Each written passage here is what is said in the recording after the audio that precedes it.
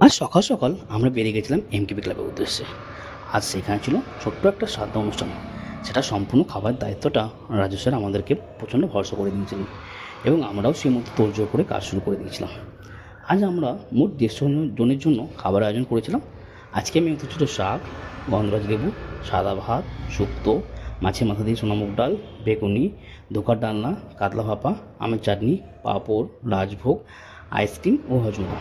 আজকের শোটা পার্ট ছিল আমাদের কাতলা ভাপা ও ছোট্ট সময় আমের চাটনিটা।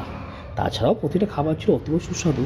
প্রতিটা অতিথিদের মুখে এই কথাটা শুনে আমরা খুবই প্রশংসিত বোধ করি এবং আমরা চেষ্টা করব আগামী দিনগুলোতে যেন আমরা এইভাবে সগর্বে আমাদের কাজ চালাতে পারি।